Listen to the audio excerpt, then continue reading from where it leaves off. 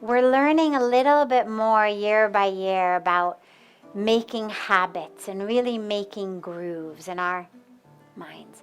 And we know that it takes a while for something really to be a habit. I was reading this very, very interesting article about successful people compared to unsuccessful people. And they were measuring lots of different types of success, not just financial success, but people who had achieved all sorts of success across the board. And what they found was very interesting. It didn't have anything to do with education levels. It didn't have anything to do with families they'd been born into in terms of privilege or not privilege. What it had to do with was how good their habits were. The people who were successful, even on things like fulfilling their New Year's resolutions. So, okay, out of 100 people who resolve to lose weight in the new year, how many do? Out of 100 people who resolve to start exercising in the new year, how many actually do?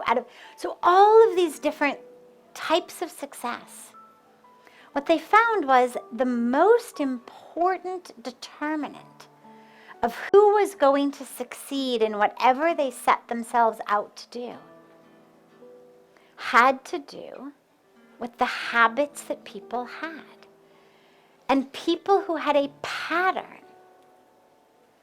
of making good habits for themselves were infinitely more successful across the board than people who did not have a pattern of making good habits for themselves.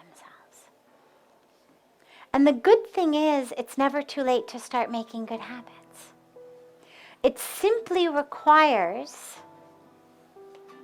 a short period of time of what we're going to call discipline. And then it literally becomes the habit. It's just what you do. And so the article, interestingly, is talking about people who, for example, started exercising as a habit. And they got up in the morning and they went and exercised. It wasn't that they had to force themselves to go to the gym. It just was what they did. And in the same way, let that meditation, instead of being a daily fight, take the few weeks that it takes to really establish a good habit. Every day, without fail, absolute discipline. And then what you'll find is, it's just what you do. But don't expect that it's going to feel great the first few days. Don't expect that when that alarm goes off at 4 a.m., the first morning, you're going to go, oh, great, thank God.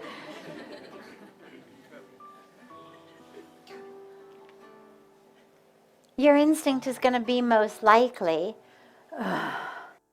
because the is the pattern. It's the pattern of the indoctrination. It's the pattern of the laziness. And when in the face of that you actually get up, that's the bridge.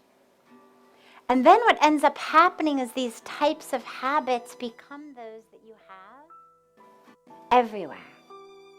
So something happens that ordinarily would really frustrate you or hurt you.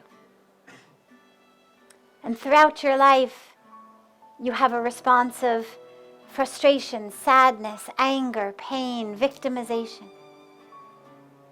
But because you've learned to create and cross these bridges, you choose a different path. That same thing happens, but you choose love. You choose peace. You choose freedom. You create that bridge. And then that becomes your habit. Choosing love, choosing freedom becomes the habit. So just start.